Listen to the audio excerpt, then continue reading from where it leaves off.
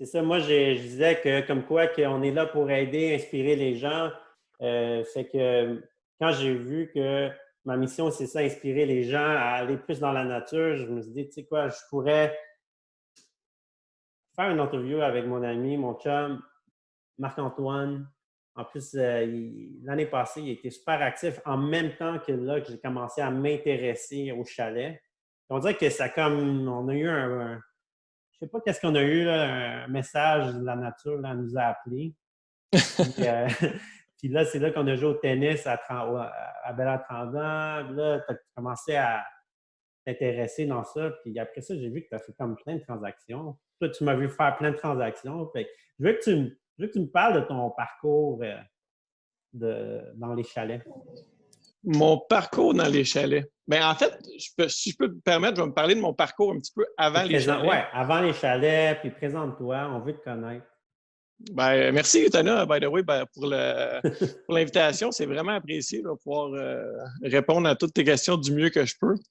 Fait que c'est ça, mon nom, c'est Marc-Antoine Bouchard. J'ai comme commencé à investir en immobilier en 2011. Un petit peu un petit peu comme tout le monde. J'ai commencé avec un triplex, avec un quadruplex. Puis par la suite, en 2015, j'ai commencé à prendre beaucoup de formations, à m'instruire beaucoup plus sur l'immobilier locatif en général.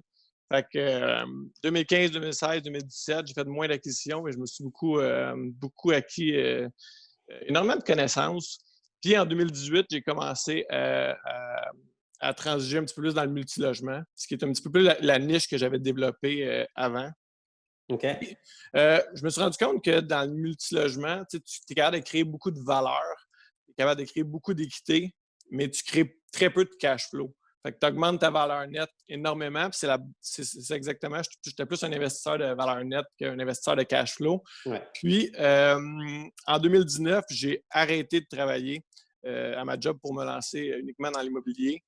Fait que c'est un petit peu pour ça qu'en multilogement, tu crées de la valeur, mais tu as moins de cash flow. Fait que c'est pour ça que j'ai commencé à m'intéresser au chalet locatif, qui est une niche qui permet d'aller chercher beaucoup de cash flow. Oui. Juste pour expliquer facilement, il y en a qui ne savent pas c'est quoi le cash flow. Là. Le cash flow, c'est après avoir payé toutes tes dépenses, ton hypothèque, tes taxes et tout, il va te rester ton flux de trésorerie qui est tout le reste d'argent de surplus. Ton profit après toutes les dépenses, c'est ça le cash flow. Exact. Puis valeur nette, c'est tu achètes quelque chose, par exemple, 500 000, tu mets les locataires dehors, puis là, tu augmentes les loyers, puis boum, tu le fais réévaluer, ça vaut 700 000. Tu as 200 000 de différence entre 500 000 à 700 000. Ton équité, c'est ça. Tu augmentes ta valeur nette de 200 000. Juste pour que les gens comprennent. Oui, c'est ça. Non, c'est bon. Tu fais bien de le spécifier de la différence entre. Exact. Fait que toi, tu avais besoin de. Tu sais, tu as lâché ta job, tu avais besoin du cash qui rentre chaque mois. Les plex, ça ne donnait pas autant que, par exemple, les chalets, c'est ça? Oui, exactement. C'est ça, c'est que tu es capable de créer beaucoup de valeur dans le multi. Puis, dans le chalet, c'est un petit peu plus difficile de créer de la valeur, mais tu crées beaucoup de cash flow, de flux de trésorerie, comme tu dis. Fait que je trouvais que c'était une belle manière. Tu sais, j'ai touché un petit peu à plusieurs affaires en immobilier. Puis, on dirait que j'étais comme rendu dans un stade de ma vie que j'avais le goût de faire de quoi qui m'intéresse, que j'aime. Puis, ceux qui me connaissent un peu savent que je déteste Montréal. Fait que je veux rien savoir d'acheter à Montréal. J'ai jamais aimé ça. Puis je veux jamais faire un projet qui vient pas me chercher et qui m'allume pas. T'sais. Les Laurentides, j'adore ça. Toutes les fois que je m'en vais là-bas, j'aime ça. Je suis heureux d'y aller. Je suis heureux d'investir dans des projets comme ça. Fait que c'est un peu une des raisons pourquoi j'avais décidé d'aller vers les chalets locatifs. Il y avait beaucoup d'éléments qui faisaient en sorte que c'était quelque chose qui m'intéressait beaucoup. Fait que c'est pour ça qu'en 2019, on a commencé à acheter. J'ai acheté 2 multis en 2018, 4 chalets locatifs en 2019. Puis là, en 2020, je suis rendu à 3 chalets d'acheter depuis le début de l'année. Puis on reste toujours quand même. Plex maintenant? 4. 4 flex. Puis t'en as Trois. vendu Trois. 3. Trois, c'est pas vrai. Trois, ben, j'en ai vendu un dernièrement. Parce que T'as combien de on a acheté chalets? T'as combien de chalets maintenant? Sept chalets. Ouais. T'as fait ça en combien de temps, 7 chalets? Les 7 chalets, on les a achetés en 6 mois. Ça a été relativement vite. Ça a été. Ouais, non, j'ai pogné à piqueur. Puis, tu sais, un coup que tu as la recette, dans le multi, j'avais une recette qui fonctionnait très bien. J'ai toujours loué mes immeubles quand même plus cher que les autres, puis plus facilement. Fait que je me suis dit, si je suis capable de recréer cette recette-là dans le chalet locatif, ben, tu sais, parce que dans le chalet locatif, ce qu'il faut que tu sois capable de créer, c'est de l'expérience. Les gens s'en vont là, tu veux donner un bon service, puis tu veux que les gens reviennent, tu veux créer une expérience unique, tu veux te démarquer des autres. Tu sais. Fait que quand tu es capable de créer ça, tu as une recette gagnante.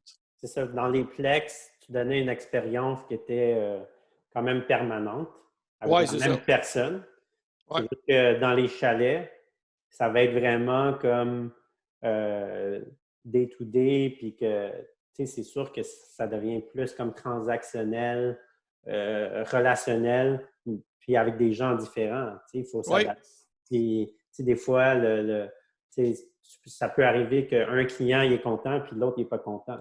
Oui, c'est ça. C'est vraiment, ça change. Le pas content que tu as dans le long terme, c'est que tu es pogné avec un méchant bout. Si tu en pognes un mauvais dans le court terme, tu es pogné avec maximum une semaine généralement. C'est assez rare que le monde. Fait que, tu sais, c'est pas les mêmes. Sauf que tu as quand même d'autres enjeux dans le court terme que tu as peut-être un peu moins dans le long terme, tu sais. Fait que. Puis toi, tu as dit tantôt, ça te faisait vibrer plus. C'est quoi ta raison d'être avec les chalets? C'est quoi comme ta mission? As-tu comme quelque chose un petit peu plus deep que genre, je veux juste faire du chalet? Genre, c'est toujours fun pour chaque entrepreneur de savoir pourquoi tu le fais. Là. Ben, tu sais, je suis rendu comme à 37 ans. Tu sais, j'ai quand même des actifs, j'ai quand même un vécu. Fait que pour moi, tu sais, le chalet locatif, je trouve que c'est quelque chose qui fait en sorte que tu es capable de. Tu n'as pas de limite dans le chalet locatif. Tu peux pousser un petit peu dans tu sais, on a tellement de projets. Là, tu sais, ça fait quand même. Ça fait juste 8 mois qu'on a commencé les acquisitions, mais il n'y a pas de limite. Tu sais, tu peux. Tu t'en vas sur Pinterest, tu regardes des émissions. Il y a beaucoup de choses qui se font pas tant que ça au Québec. Il y a beaucoup d'expériences que tu peux amener. Moi, le problème, tu sais, quand c'est un terrain de jeu, là. C'est un terrain de jeu. Puis, tu sais, quand tu es entrepreneur, tu es un peu visionnaire, tu as des idées des fois plus grandes que nature. Puis, j'ai beaucoup, beaucoup de projets que je veux amener dans ces chalets-là. Puis, en plus, toi, tu es un sportif naturel, je sais. On a joué au squash. T'es comme, ça fait 1 an, 2 ans, je ne sais pas jouer, puis tu me bats comme les yeux fermés. Là. Puis, tu es comme un athlète dans n'importe quoi tu fais, puis je pense que tu aimes ça jouer naturellement. Oui, j'aime ça. Ouais, je suis un naturel, c'est ça qu'on me dit tout le temps, mais tu sais, j'ai toujours aimé ça, faire du sport, fait que c'est sûr que je veux pas lâcher ça. Je pense que c'est ça que tu veux faire, c'est jouer. Faire ça que les gens jouent dans tes chalets. Je pense que c'est ça que tu essaies de créer l'expérience.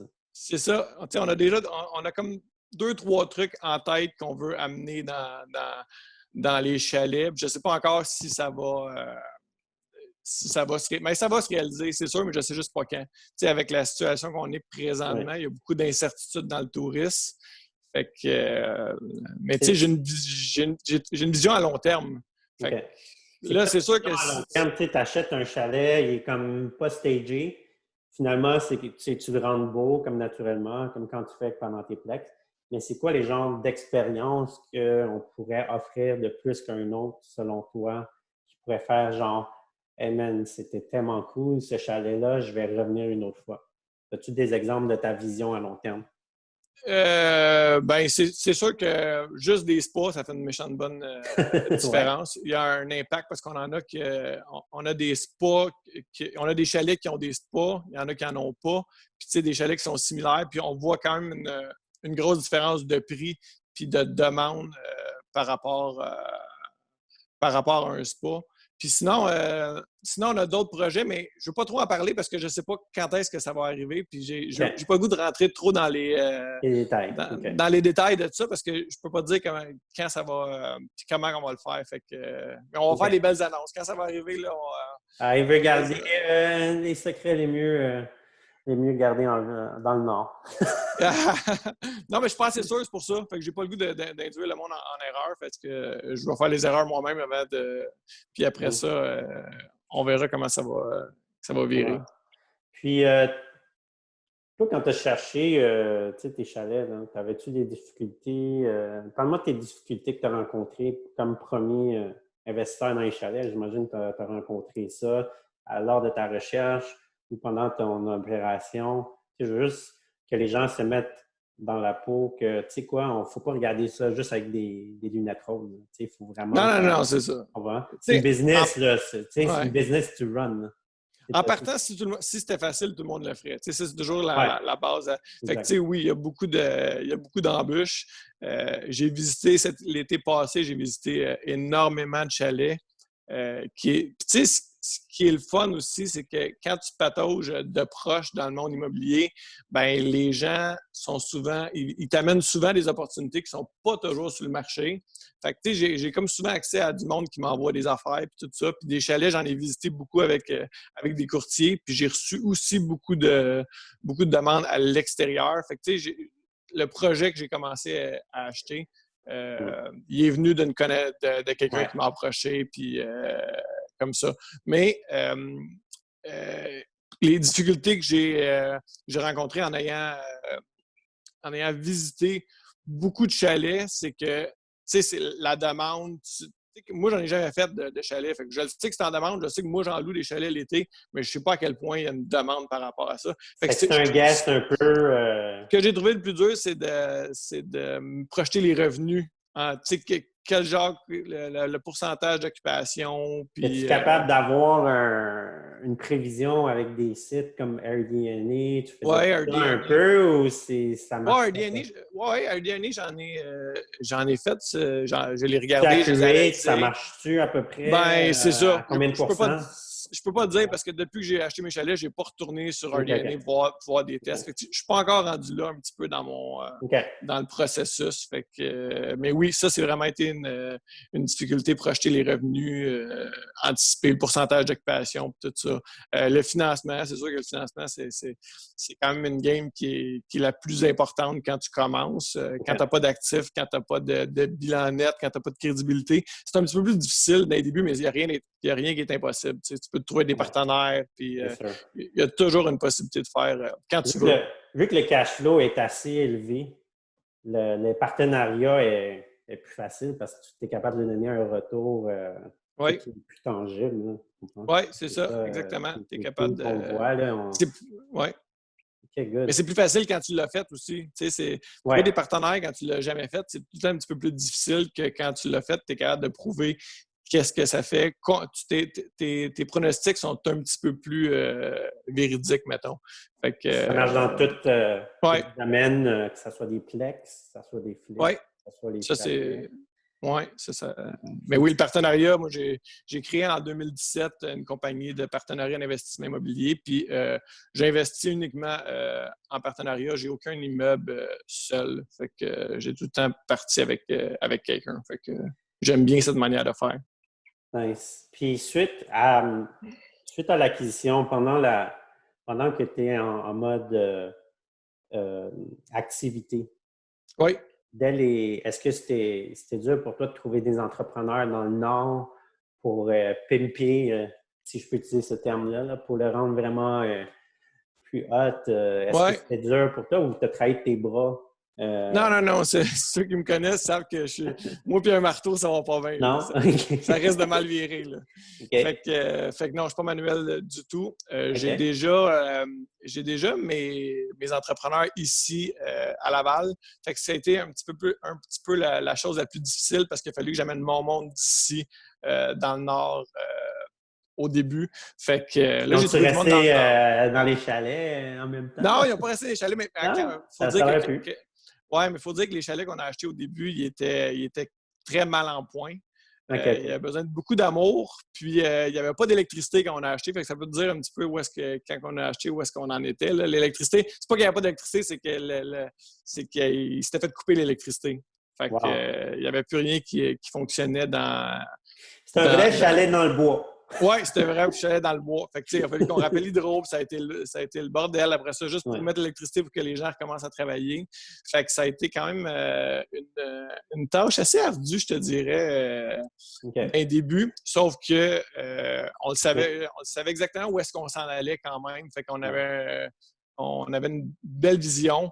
Puis, je pense que grâce à ça, ça a quand même été, sans dire facile, mais ça a bien été du début à la fin, mais on a eu des embûches Ouais. avant de Puis, commencer.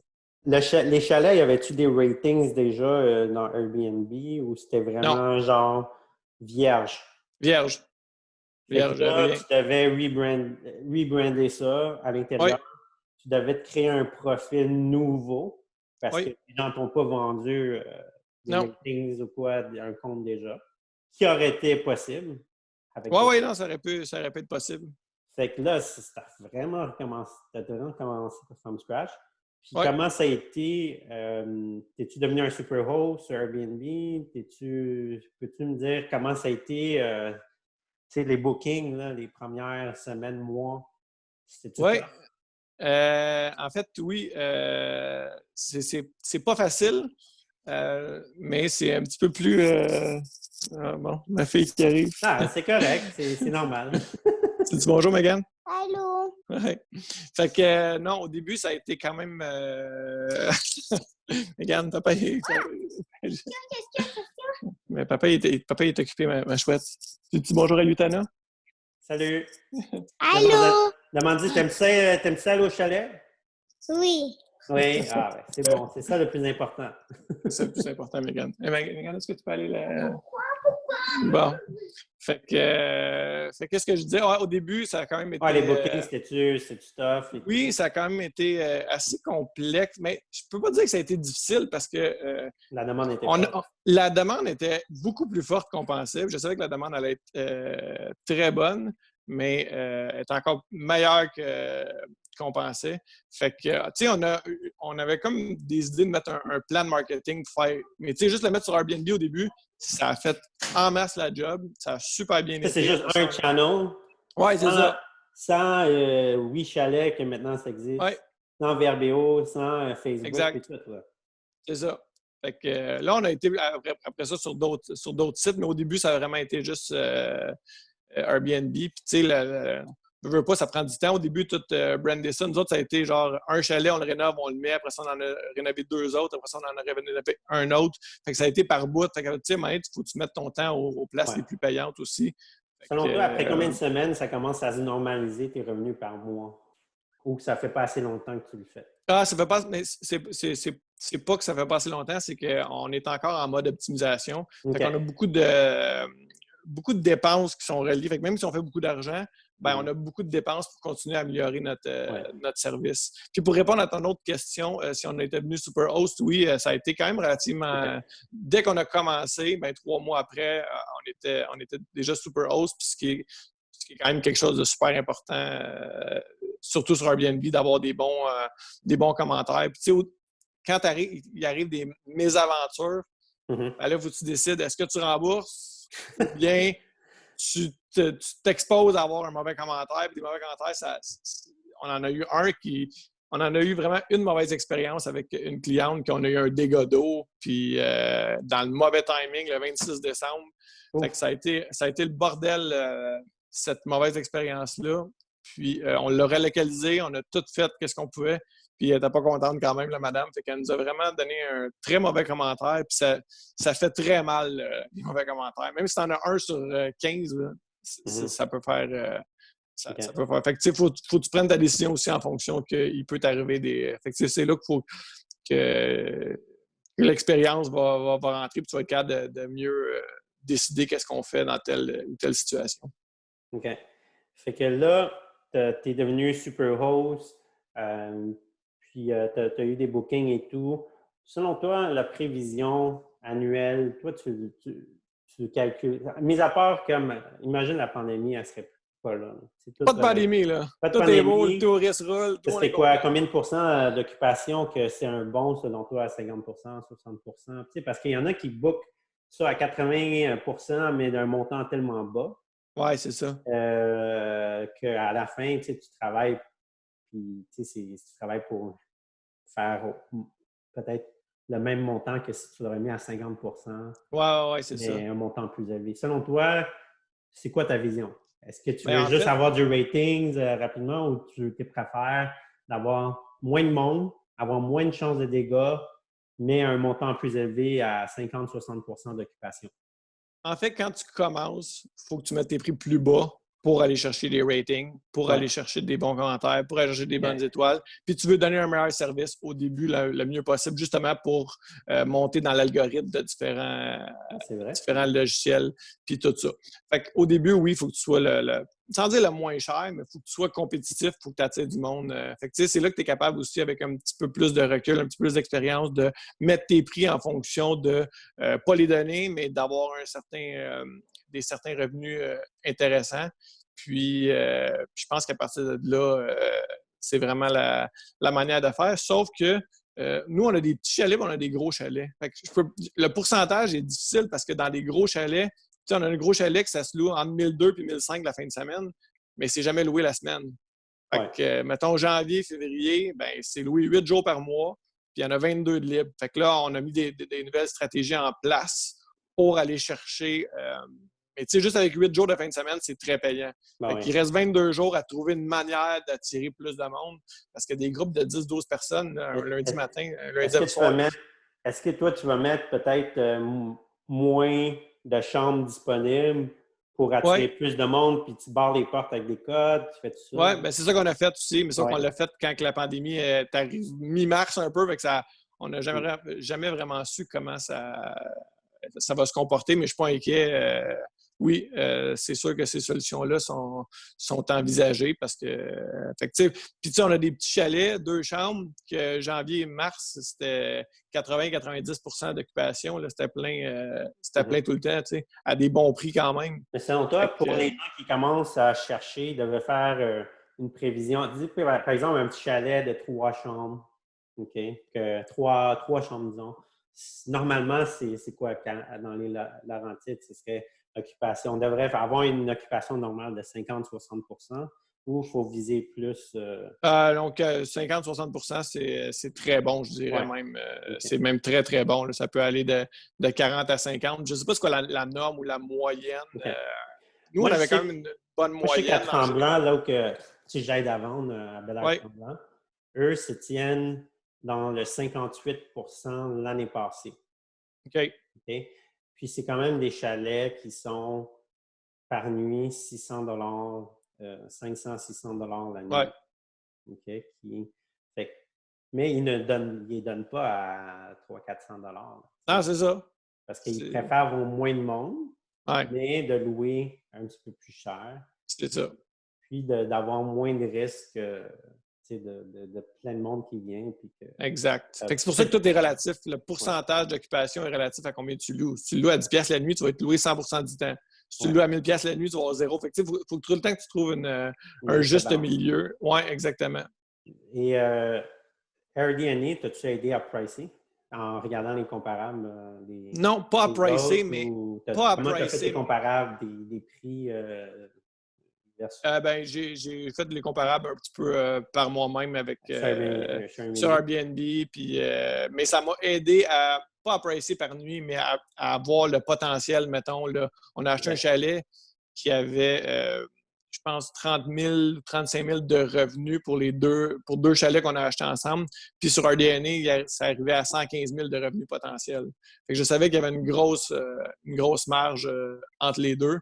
Mais je n'ai pas regardé par détail, par nuit, tout ça. J'ai plus regardé overall dans. Ben, si c'est 105 000, c'est ça? 115 000? 115, oui. 115, tu divises par, disons, 180 jours, la moitié d'une année. Oui. Ça devrait te donner le montant par nuit. Oui, c'est ça. Mais oui, oui, sûrement, mais je n'ai jamais investigué ça de cette manière-là. Mais good. Point n'est possible. Il y a des gens qui ont des petites questions ici. Toi, les chalets, as-tu trouvé ça sur Centris? Non, non, je pense que tantôt tu l'as dit. Ouais, non, j'en ai Mais t'en as-tu aucun. cherché? J'en ai pas trouvé? cherché, mais j'en ai reçu. Je reçois fréquemment sans chercher, je reçois fréquemment du monde qui savent que ben, avant, je cherchais plus du multi, et j'en recevais en fait, j'en cherche encore du multi, by the way. Mais je recevais souvent des opportunités. Fait que cette opportunité-là est venue de quelqu'un sur Facebook qui m'a approché, qui m'a dit j'ai un projet à vendre si ça t'intéresse. Fait que c'est comme ça que ça. Toi, t'avais-tu levé la main sur Facebook en disant Hey gars, j'aimerais ça investir dans les chalets ou c'était juste Oui, comme... j'avais. Ah Ben, ouais? je l'avais dit. Ben, pas at large, mais je pense que je l'avais véhiculé. Fait que c'est peut-être quelqu'un qui l'a dit. Je me rappelle pas exactement comment ça s'est passé parce que je reçois beaucoup d'affaires du monde que je connais des fois même pas. Comme lui, je le connaissais pas. Fait que qui savait que j'investissais. Fait que ça a commencé comme ça. Puis j'ai tombé en amour avec l'endroit que j'ai acheté. Fait que c'est comme un domaine. Fait que ouais. Ah, good. Puis, on a ici une autre question. Combien de chambres que tu as comme chalet? 2, 3, 4, 5 chambres. Tantôt, tu as dit que tu avais des 2 chambres jusqu'à 5 chambres, c'est ça? Exactement. J'ai même un chalet, une chambre. OK. Fait que j'ai un chalet, une chambre collée sur le bord de l'eau. J'ai des chalets, 2 chambres, des Ça se chalets, 3 loue-tu plus chambres. facilement, une chambre? Vu Oui, qu'il ça se y loue, a, il y ça a se loue le prix très. plus bas. Ouais, ça se loue très, très bien. Oui, ça se loue vraiment bien. Tu sais, Au lieu là, d'une on est. chambre d'hôtel, il prend ça, genre. Oui, c'est ça, exactement. Fait que oui, oui, en fait, tout se loue très bien. Il faut juste que tu sois capable de le vendre. C'est tout le temps ça. C'est tout le temps ça. C'est comme une maison, un courtier. Tout se vend. Ouais. Il faut que tu saches le vendre. Tout se vend à un prix où Exact. si le produit reflète, l'intérieur reflète le prix. Je Oui, pense que c'est c'est vrai ça. vendable. Oui. C'est good. Mais des chalets, 2, 3 chambres, c'est vraiment intéressant aussi. En fait, tous les chalets ont tous quelque chose. On les a tous personnalisés, sont tous un petit peu différents sans l'être trop. Fait que. Tu as le choix d'un chalet de 5 chambres ou 2 chalets de 2 chambres. Disons, le chalet de 5 chambres est 500 000 au lac supérieur, disons. Ouais. Tu as 2 chalets à la Belle à 250 000 de 2 chambres. Pandémie ou pas de pandémie? Pas de pandémie. Pas de pandémie. Elle va partir de la pandémie, selon moi. Ouais. Ça va être une question de... C'est une tempête. C'est une tempête. Non, mais mon point, le point, c'est qu'un gros chalet, 5 chambres, en période qu'il n'y a pas de pandémie, ben, il y a beaucoup de groupes qui se réunissent puis les chalets se louaient très, très bien. Là, maintenant, ben, étant donné qu'il n'y a plus de rassemblement, il n'y a plus de groupes, ben, il y a une diminution de la valeur potentielle pour les gros chalets. Fait que les petits chalets, je pense pas tant que ça va les impacter. Je te dirais 2 petits chalets. Une famille de 4-5 personnes, ils ont besoin de quoi, 2 chambres. Oui, c'est ça, exactement. Il y a des bunk beds, des fois, dans le deuxième chambre. Où les enfants dorment sur le salon. Il y a toujours une possibilité. Fait que oui, je te dirais 2 petits chalets. Tout est relatif, par exemple. Je dis tout le temps, tu sais, comme je dis tout le temps à du monde, des questions qu'on va passer sur Facebook, la réponse, 99% du temps, c'est ça dépend, parce que c'est jamais blanc ou noir. Il y a tout le temps des petites affaires de différentes, mais d'ordre général, je dirais que 2 petits chalets, ça m'apparaît mieux. Oui, en plus, dans ce contexte-là, il faut qu'on diversifie plus le risque. Puis, on va être capable justement d'aller vers la demande actuelle que les gens, ils peuvent juste être une famille, à y aller, profiter. Puis, tandis que le gros chalet, il est 2 fois plus cher. Au lieu de louer à 200-300 la nuit, ça va être plus 600-800 $ la nuit. Exact. C'est sûr que les gens, ils n'ont peut-être pas les moyens, une famille de 4-5, louer ça. C'est ça. Il y a moins de demandes pour ça. Oui, c'est une très bonne réponse. On a quelqu'un qui demande, est-ce que bord d'un lac navigable ou pas, selon toi, selon ton expérience? Parce que, tu sais, l'été, là, oui, c'est fun d'avoir le lac, mais l'hiver, on ne le voit pas, là. Selon toi, est-ce qu'en général, vas-tu louer plus cher parce qu'ils ont bord d'un lac ou c'est vraiment important? Bien, j'aurais dit que dans le temps, le lac, quand je visitais des chalets, mes chalets sont tous sur le bord de l'eau, mais c'est nullement un critère pour moi parce que si tu regardes sur 12 mois, ton lac ne sera pas l'été, tu vas louer plus cher sur le bord d'un lac, mais sur 12 mois, la prime de bord de l'eau que tu vas payer, tu vas peut-être pas toujours la rechercher. Là. Fait que navigable ou pas, je pense pas non plus que ça a un impact dans la location court terme parce que les gens, nous, on a des chalets qui sont pas des cours d'eau qui sont pas navigables. Puis je pense pas que tu vas louer. Tu vas peut-être louer, tout dépendant du genre, peut-être des chalets haut de gamme, que tu vas aller chercher une clientèle très aisée qui veulent amener leur bateau. Mais pour qu'est-ce que nous, on a, pour qu'est-ce que moi, je fais, je pense pas que le bord de l'eau navigable a un impact. Ça, c'est mon point de vue. Je pense que c'est important, les gens, là, quand ils veulent aller dans le Nord, ils checkent ça 2-3 mois d'avance. Ils checkent les disponibilités, tellement qu'il n'y en a pas tellement. En plus que la loi du 1er mai va passer. Right? Pas va passer, elle est passée. On est le 1er mai aujourd'hui. Ah, on est passé, excuse-moi. C'est drôle qu'on fasse le live le 1er mai à la date que ceux qui font la location de court terme attendaient, mettons, entre guillemets. Pour ceux qui ne savent pas, peux-tu nous expliquer c'est quoi ce ménage de... Oui, bien en fait, il y a eu une législation qui est passée au mois de septembre, je pense, au septembre-octobre, comme quoi que le 1er mai, ça prend vraiment le numéro de la Corporation du tourisme du Québec, la CITQ.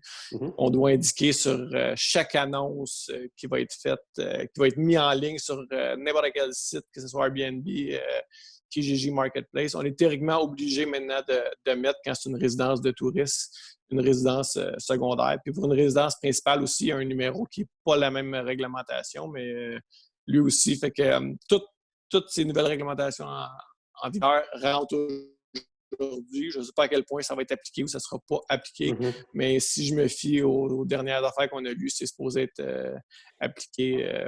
Les gens, ils commençaient déjà à avoir, je pense, des amendes ou des avertissements. J'ai entendu du monde qui a eu des avertissements, plusieurs, mais je n'ai jamais entendu personne qui a eu d'amende comme telle pour l'instant. Mais le règlement est dans... Tu sais, on n'a jamais eu le droit, les illégaux ont reçu des avertissements, mais je doute qu'ils aient reçu des amendes, mais c'est pas impossible. Fait que s'il y en a qui connaissent quelqu'un qui a eu des amendes, ce serait le fun qu'il l'indique en bas. Non, c'est ça. Je pense... Moi, je n'ai pas entendu, à part que c'est dans les condos à Montréal, que ça, c'est le syndicat qui donne... Oui, c'est ça, mais à Montréal, moi, je parle d'un chalet. Oui, dans les chalets. À Montréal, je suis sûr qu'il y en a, oui. Dans les chalets, je n'ai pas encore vu. On a une autre question ici. C'est Hugo Desjardins. Salut, Hugo.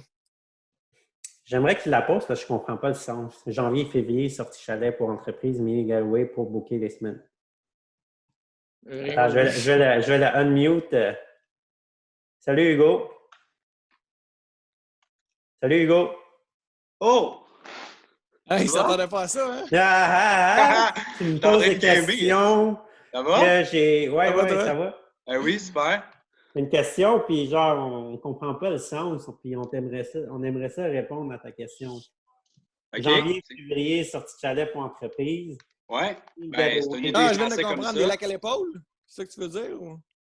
Ben, style getaway, genre, je sais pas, peut-être j'approcherais des entreprises pour ça. Style, genre, pas party de Noël, mais tu sais, comme on se fait un super une ensemble. Retraite. Ouais, retraite, exact, c'est le mot que je cherchais. Pour une petite PME, mettons, tu sais, des petites équipes, là. Comment ça existe, ça, mettons? Pour être pas payé, ça? Ben oui, super bonne idée. Sauf que je ne l'ai pas investigué encore. Parce que, comme je disais à Utana, quand tu commences, tu as des plans à long terme, mais avant de te rendre à peaufiner ces petites affaires-là, il faut que tes autres affaires en back-end soient déjà faites. T'sais.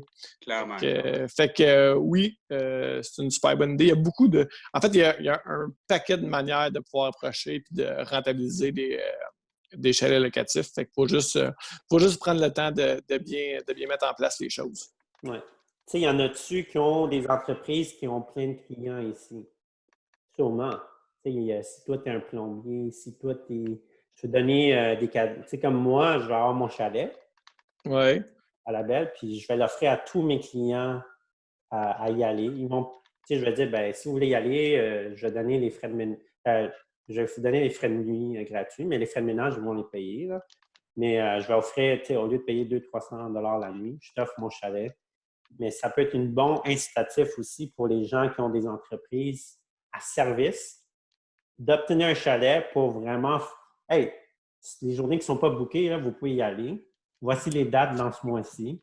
Ça peut être du marketing pour votre entreprise aussi, pour générer justement plus de références dans votre business actuel. Si tu es un courtier hypothécaire puis tu as un chalet, ben imagine, genre, tu dis, tu sais quoi, j'ai deux fins de semaine de libre ou j'ai ou dans la semaine, je suis souvent libre. Laissez-moi savoir si vous voulez y aller. Moi, je pense que c'est tellement une bonne technique pour toi. Tu fais plus de cash dans ton entreprise aussi. Là. Qu'est-ce que tu en penses de ça? Est-ce que j'ai manqué un bout à cause que... Non, j'ai dit que qu'est-ce que tu penses de ça, que c'est une bonne façon de créer l'expérience client dans ta pratique. Oui, le fait que tu prêtes tes chalets, oui, c'est sûr que c'est une bonne manière parce que tu offres une valeur ajoutée, puis à peu près dans n'importe quel, dans tout ce qu'on fait maintenant, qu'est-ce qu'on cherche, c'est à créer des valeurs ajoutées, tu sais.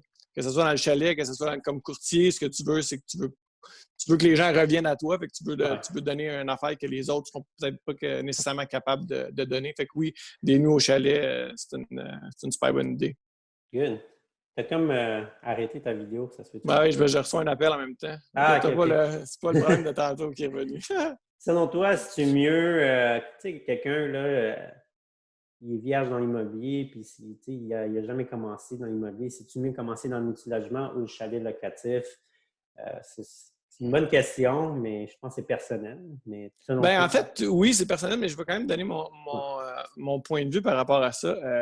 Oui, en fait, le chalet locatif, c'est possible de commencer en achetant une résidence secondaire avec moins de mise de fonds, puis pas aller comme nous autres au commercial, puis de commencer fort. Fait que c'est beaucoup plus facile, je pense, quand tu commences, tu veux juste acheter un chalet, de financer le chalet. 5%!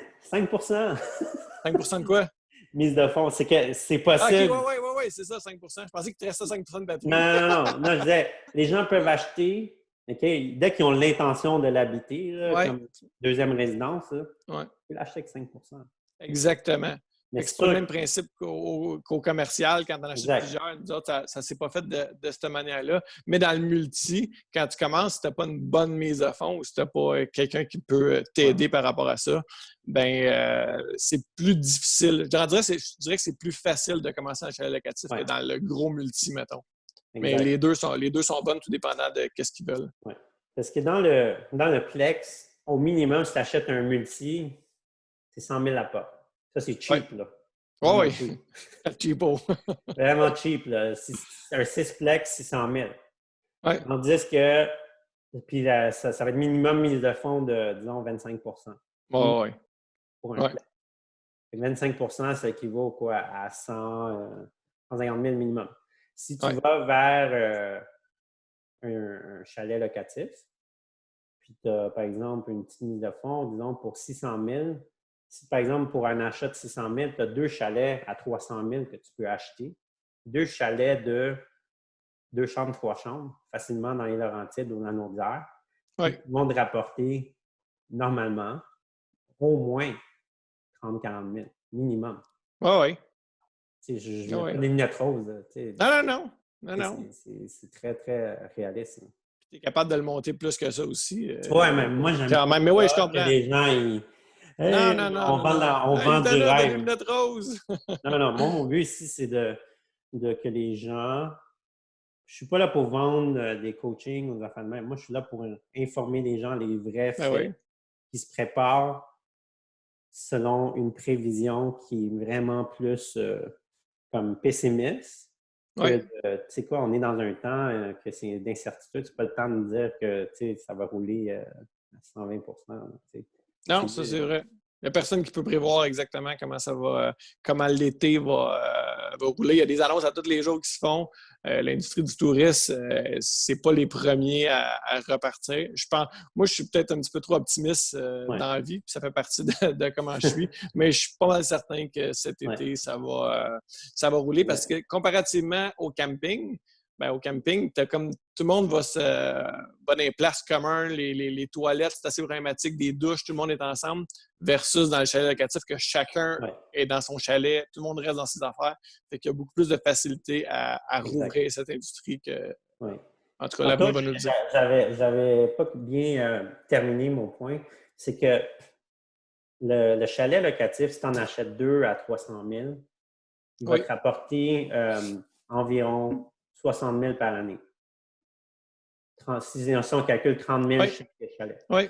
Tandis que le Plex, OK, du 6 logements, que tu achètes à 600 700 000, en général, ton revenu va être de 35 à 40 000. Oui, c'est ça que je m'allais dire.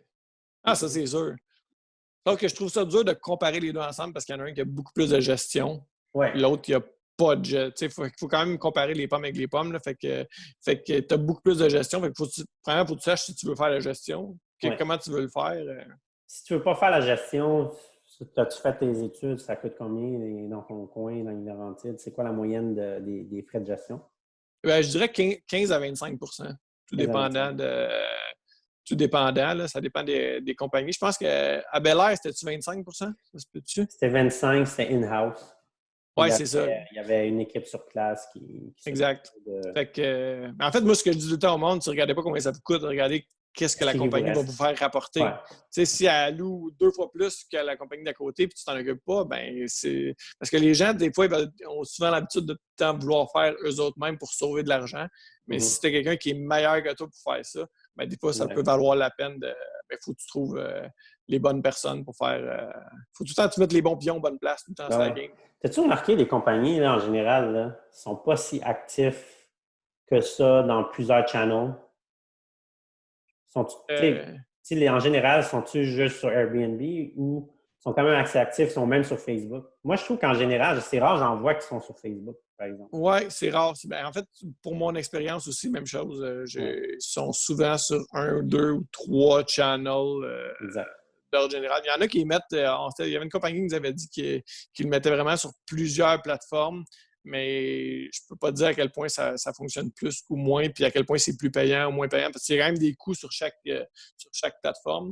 Fait qu'il faut que tu sois capable de voir à quel point tu rentabilises ton investissement.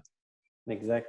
Fait que toi, on a parlé de pas mal toutes les pratiques, les difficultés, les comparatifs entre le multiplex et tout.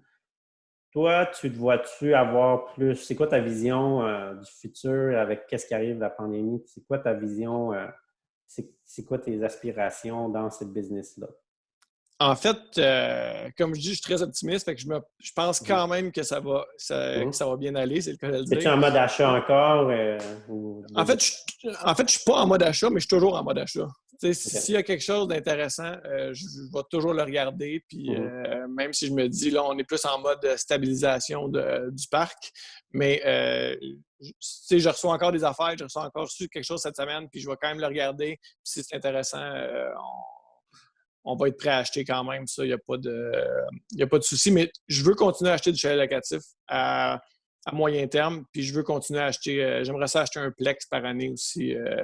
Mais tu sais, je ne suis pas arrêté sur quelque chose. Ça, c'est mon idéal. Parce que, comme je dis, le Plex, c'est vraiment quelque chose que je suis capable de créer beaucoup de valeur rapidement. Fait que je veux garder de la valeur, les chalets. On n'a pas parlé de ça. Non, c'est ça. En fait, c'est ça mon point.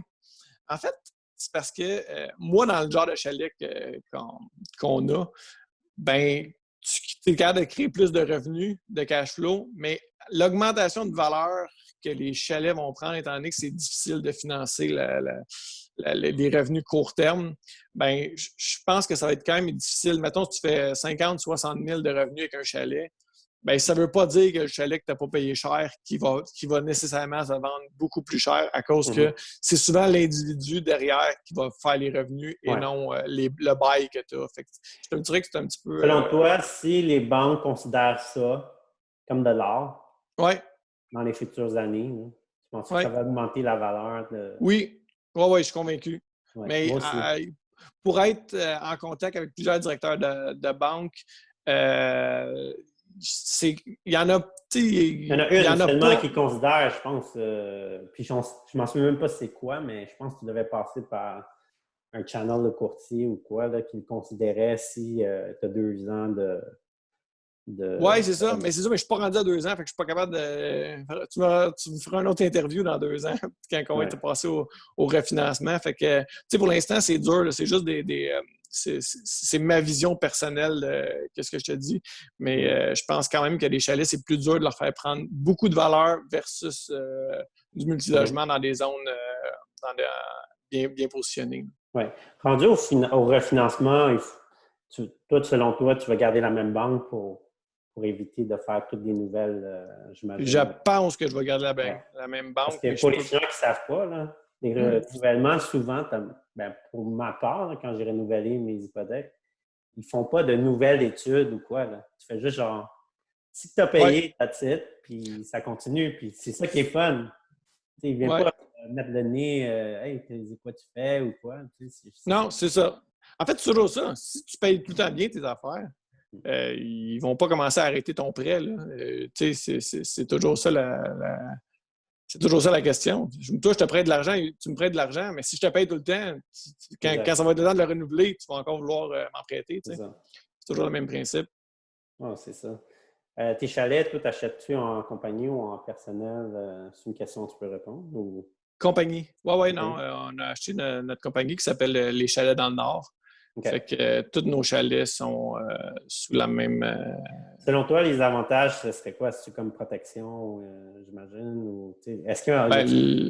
Les avantages, parce que en fait, c'est comme dans n'importe quoi. Quand t'en as plusieurs, tu peux pas commencer à acheter. Je n'achèterai pas 7 chalets au personnel. Là. C'est ça. Oui, la protection d'actifs, c'est toujours, toujours quelque chose, mais tu sais, c'est pas de temps.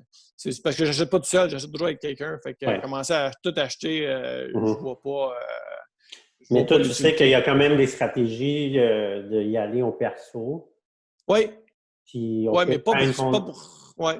On peut faire une compte-lettre dans une compagnie si tu l'ouvres en même temps quasiment. Mais c'est sûr que la banque, il ne faut pas qu'elle sache nécessairement. Oui, non, je sais. Il y a une façon. Vous pouvez contacter votre fiscaliste, il va vous montrer cette stratégie de contre-lettre. Mais moi, je sais que c'est possible de le faire, d'ouvrir une compagnie en même temps, puis de dire que c'est la compagnie qui le détient, mais vous avez acheté avec moins de 1000 de fonds. C'est toujours possible pour les gens qui veulent le faire, au lieu de mettre 35. Si vous allez chez Desjardins, vous n'avez pas de dossier, vous n'avez pas de background, les gens vont vous dire hey, mettez 35 de 1000 de fonds. Moi, c'est ça que ça 35 à 50 de 1000 35 à 50, exact. Fait que si tu l'achètes au perso, puis après, si tu fais une contre-lettre, que c'est la compagnie qui le détient, ben, tu peux l'acheter avec moi. C'est ça que j'ai réalisé. Fait que pour les gens qui veulent savoir cette technique, vérifiez avec votre fiscaliste. Je pense que ça va vous aider. Oui, c'est quelque chose qui peut bien être fait, mais tu sais, je pense que je suis plus rendu au point de faire des fling-flang à gauche puis à droite. Non, c'est ça. Je sais pas que tu sais, mais j'ai pas... mais oui, je sais que ça se fait, tout est possible. Fait que... Tu n'as pas eu besoin de faire ça, c'est tout. Non, c'est ça, exactement. Good. Le cash down en commercial, bien, tantôt on a dit c'est 35 à 50. Si tu mets une garantie personnelle, tu devrais être capable d'aller chercher comme 20-25 %. Selon qu'est-ce que j'ai vu, même à Bel-Air, les gens, il y en a qui ont réussi à passer avec 20 % de mise de fonds. Tandis que toutes les autres personnes, c'était 25 %. Je n'ai pas vu de personne avec du 30-35 encore. Les banques acceptent facilement avec 25 % de financement. Mais c'est beaucoup l'individu aussi derrière. C'est ce qui fait une différence. Mettre une garantie perso, Oui, c'est ça. Fait que tu arrives avec un plan d'affaires, tu arrives quand même le plus préparé possible. Fait que tu es capable de démontrer que tu as un bon produit, puis tu as un bon plan de match, tu as une bonne vision, puis ça va fonctionner. Je pense que il y a toujours moyen d'arranger les choses le mieux possible, finalement. Good. Petite dernière question, as-tu des conseils pour les nouveaux? Des conseils pour les nouveaux. Avec, tu sais, quand j'ai commencé, moi, dans le temps, je connaissais personne qui était en immobilier. Ma famille, là, en affaires, il n'y a personne qui est dans mon cercle rapproché qui était en affaires. Fait que, tu sais, ça a été un petit peu plus difficile, mais maintenant, avec l'Internet et tout ça, il y a beaucoup d'informations qu'il peut aller chercher sur Facebook, sur Google. Fait que, tu sais, moi, je dis tout le temps au début, formez-vous, informez-vous, lisez beaucoup, essayez de vous tenir avec du monde qui réussisse puis qui réussissent dans quoi que vous autres, vous voulez investir. Si tu demandes à quelqu'un qui a jamais fait ça, ses conseils, puis il dit que c'est pas bon, ben essayez de vous tenir avec du monde qui font ce que vous autres, vous voulez faire. Je pense que c'est la meilleure manière de faire parce que moi, je me tiens beaucoup avec du monde qui réussissent quand même en immobilier, qui ont des intérêts communs. Puis je pense que ça facilite parce qu'à toutes les fois que je ne sais pas quelque chose, ben, mon réseau proche connaît la réponse. Fait que ça, c'est vraiment la clé. Fait que, puis développer votre minding aussi, votre mindset, puis tout votre développement personnel est super important aussi. C'est fou, hein, comment que des fois, tu fais juste y penser pendant genre une semaine, puis boum, l'opportunité arrive comme ça. Ouais. Juste parce que tu es en train de faire des recherches intenses sur Centris. Puis, boum, ça arrive, bon, l'offre arrive, l'inspection, ça va bien, tu négocies. On dirait que le courant, là, il drive automatiquement vers... Ouais. C'est comme une loupe, là, avec le soleil, là, puis ça t'amène directement là. Quoi qu'il arrive, tu n'as pas le choix de l'acheter, quasiment. Oui. Non, mais c'est vrai, ça. Plus tu y penses. Puis, tu sais, avant, mettons le 4-5 ans, moi, je ne croyais pas pantoute à ça, le développement personnel, le mindset. Puis quand tu le comprends et tu l'assimiles, ça fait quand même une bonne différence parce que en affaires, c'est facile de se décourager parce que tu as toujours des embûches, tu as toujours quelque chose qui arrive. Fait que, c'est facile de baisser les bras. Fait que, quand ton mindset est plus fort que les déceptions que tu vis, c'est plus facile de se remonter. T'sais. Non, il faut... Oui, tu as raison. Puis il faut comme penser à la nature. On parle souvent de la nature. Puis la nature est comme ça. Si l'arbre, là, il n'y a pas d'eau, ben, tu sais quoi, elle va contourner le blocage, puis elle va se nourrir quand même de l'eau. Tu sais, puis je pense que les gens, il y en a qui font juste comme rester sur place, puis les gens, ils capotent. Non, il ne faut pas que tu capotes.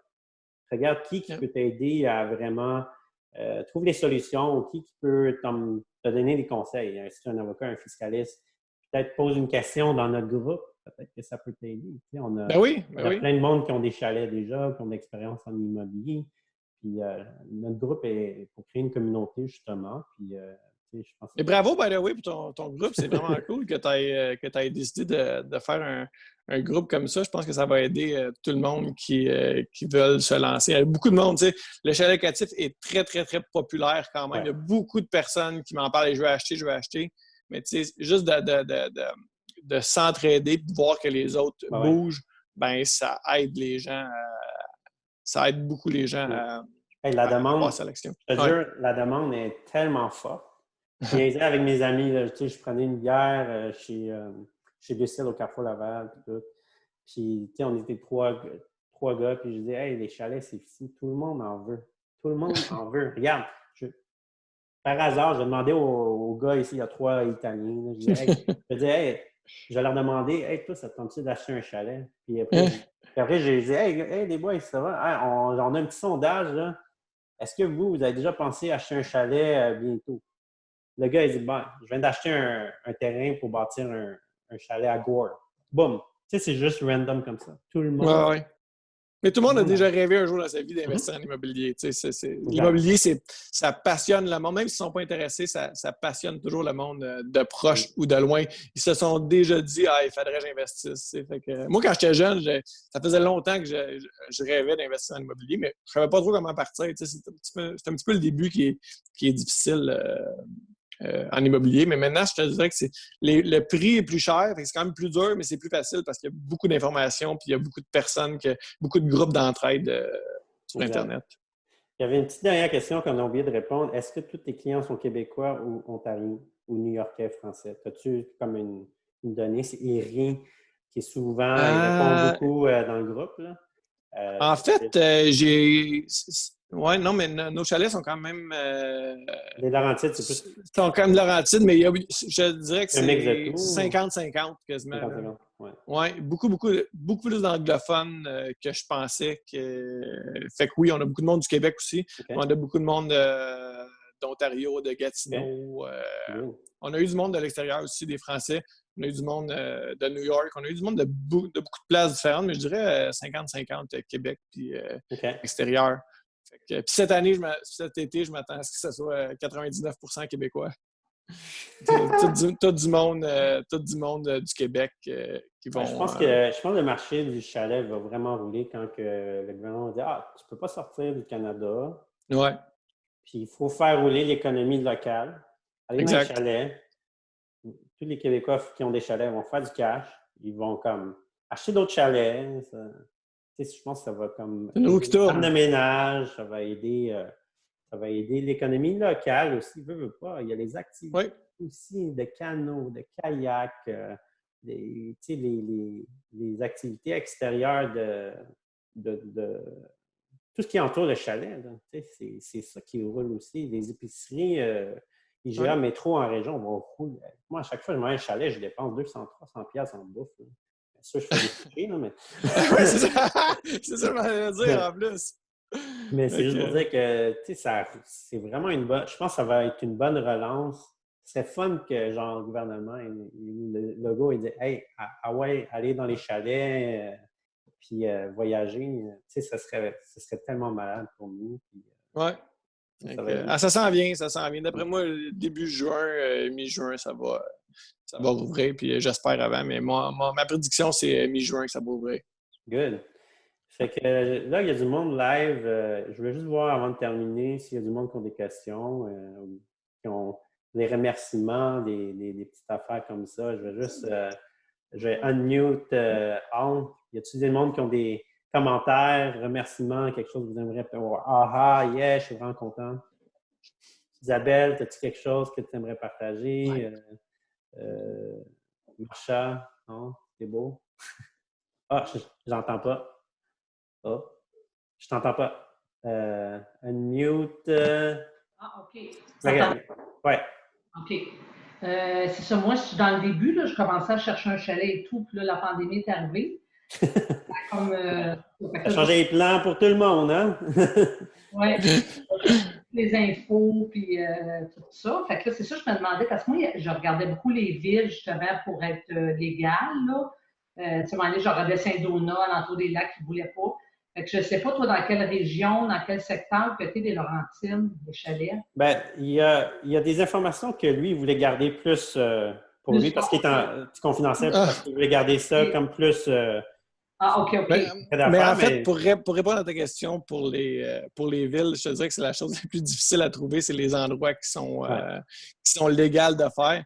Fait que, tu sais, au début, moi, j'ai fait beaucoup de recherches, j'ai écrit beaucoup de courriels, j'ai appelé beaucoup les villes pour savoir où est-ce que c'était légal d'en faire. Puis, mais moi, je peux partager les villes qui sont légales. Puis, tu sais, je peux les donner. Ouais, vas-y. Moi, je sais que si tu vas à Saint-Adolphe, il y a des secteurs qui sont possibles. Il y a des secteurs qui sont en train de faire du ménage. Okay? Mais c'est pas facile à Saint-Adolphe. Là. Non, je sais. C'est un nombre de chambres. C'est pour dire que c'est possible. Oui, c'est possible. Dans chaque secteur, là, ils ont toutes leurs petites particularités. C'est ça. À Sainte-Anne-des-Lacs, c'est quand même compliqué leur règlement, là, mais que c'est possible. Il ne faut pas être proche d'un autre, etc. C'est ça, j'avais commencé à faire mes recherches de côté-là. Il y a Sainte-Agathe, j'en ai vu que c'est possible. Je ne connais pas les règlements en tant que tels. J'ai vu que... mais en fait, c'est possible à peu près partout. Partout, il y a des... Mais le pourcentage de places que tu as le droit par ville est très petit. En fait, tu as le droit partout, mais tu n'as pas le droit nulle part. C'est un peu ça la... Mais il y a plus de secteurs, comme par exemple, qui vont dire non... il y en a aussi. Comme tu vas à Saint-Hippolyte, ils disent rien savoir. Oui, Saint-Hippolyte, c'est nulle part, je pense. OK. Mais je sais qu'il y a quand même plusieurs endroits qui laissent. C'est comme à Tremblant, c'est plus dans les condos que c'est possible, ou les maisons de ville. Mais les chalets, ils n'en laissent plus parce qu'il y en avait trop et ça faisait trop de problèmes. Mais tu peux aller à la Conception, il y a des secteurs c'est permis, il y en a que c'est pas permis. Tu peux aller à La Belle, il y a des secteurs que c'est... Bien, La Belle, c'est permis partout, mais c'est pas le zonage n'est pas hébergement partout, fait que ça se peut qu'ils te l'enlèvent plus tard. Fait que c'est ça qu'il faut regarder, guys. Il faut s'assurer que vous avez le zonage récréo-touristique. Parce que si vous ne l'avez pas, un jour, s'ils font une réforme, vous le perdez. Ah, OK. Ouais. OK, récréo touristique. OK. Non, faites la demande pour le changement de zonage. Puis OK. par la suite, tu vas être capable de l'avoir comme plus béton que s'ils changent les lois et tout. Mais il n'y a rien qui te garantit, même s'ils changent même si tu l'as le zonage, il n'y a rien qui te garantit. Ça se peut que tes chalets font tellement de problèmes que la ville l'enlève. Tu comprends? Exact. Bon, ben, un gros merci. En tout cas, ça répond à beaucoup de mes questions. Merci beaucoup, lieutenant et Marc-Antoine. C'était super. Merci. Ça me fait plaisir. Ouais. Une question Merci. pour toi, Marc-Antoine. Est-ce que vous m'entendez? Ouais, vas-y. Ouais. Vas-y. Marc, as-tu des nouvelles pour Notre-Dame-la-Merci? Si Non. c'est accepté maintenant? Si c'est accepté, la location court terme? Ouais. Pas aux dernières nouvelles. Puis, je sais pas, j'ai pas eu de nouvelles par rapport à ça, mais je doute que ça soit. Ben, c'est ça. Mais encore là, à Notre-Dame-Merci, tu as le droit à des places, mais pas sur le bord de l'eau. Fait Ouais, il y a que, beaucoup de places des bords de l'eau. L'association ça. des lacs, ils ne veulent pas. Parce que ça C'est crée- comprenable. Ça crée C'est trop de bruit parce que l'eau et le C'est son, écho. c'est de l'écho. Ouais. C'est sûr que les gens, il y en a qui ne veulent pas parce que les groupes de 10 personnes qui mettent de la musique, par exemple, hip-hop, reggaeton, c'est sûr que tu vas l'entendre jusqu'à 2-3 heures du matin des fois parce qu'ils sont dans leur spa. Ils mettent de la musique, puis avec leur, ça résonne partout. Même sur les Ouais. bateaux. Sur les bateaux, là, les gens, ils mettent de la musique. Ils restent là juste tard, puis ça peut réveiller tout le monde. C'est sûr, c'est pas permis partout. Les bords de l'eau, c'est juste de relax, normalement. Mais c'est pas partout qu'ils laissent les associations. Fait que je vous suggère de vérifier vraiment avec l'association des lacs. Puis la municipalité, à l'urbanisme. Checkez tout le temps à l'urbanisme. Oui, c'est la première chose. Good. Et y en a-tu d'autres qui ont des questions avant qu'on termine? Il y a François. Y a-t-il une question, lui? Frank, as-tu une question? Frank, il doit dire des niaiseries. Là. Le gros, il est pas super non, je fais des blagues. Tu le droit de le C'est présenter? On a-tu le droit de le présenter ou pas? Oui, il est en secret, lui. Ben non, tu as le droit de le présenter, certain. Non. Vas-y, présente-moi. François, c'est mon partenaire. Il a bien des qualités, mais je ne vous parlerai pas de ses défauts.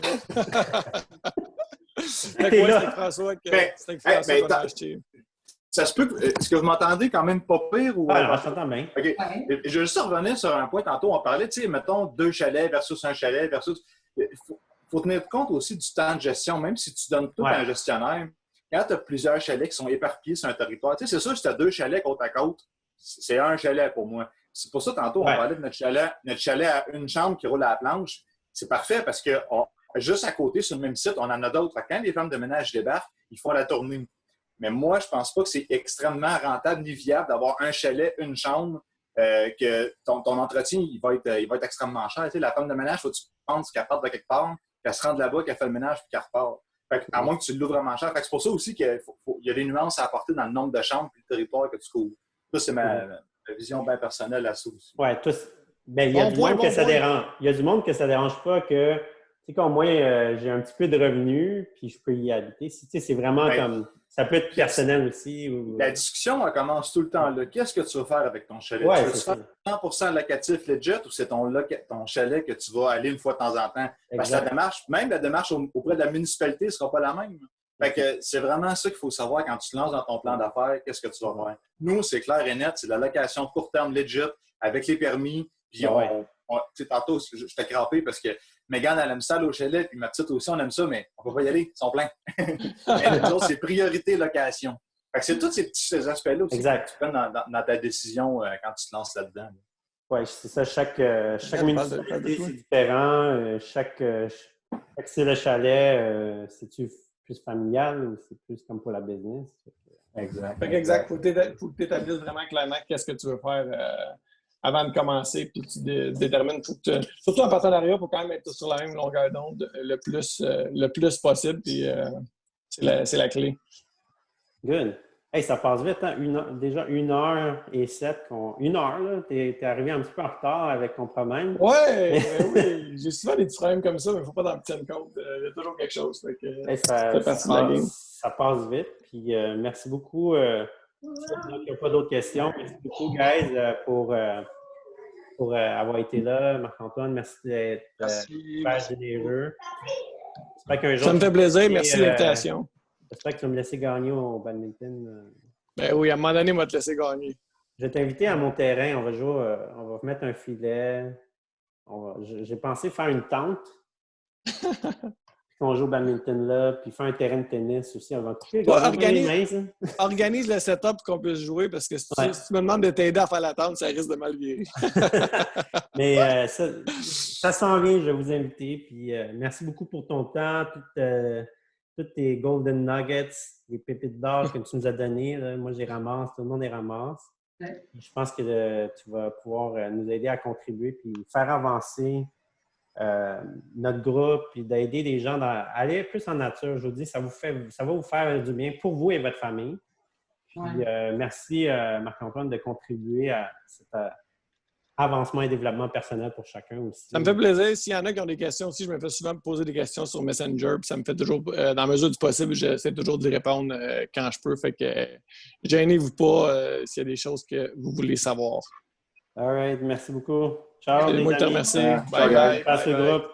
Bye. Invitez vos gens dans le groupe si vous trouvez que ça a été cool.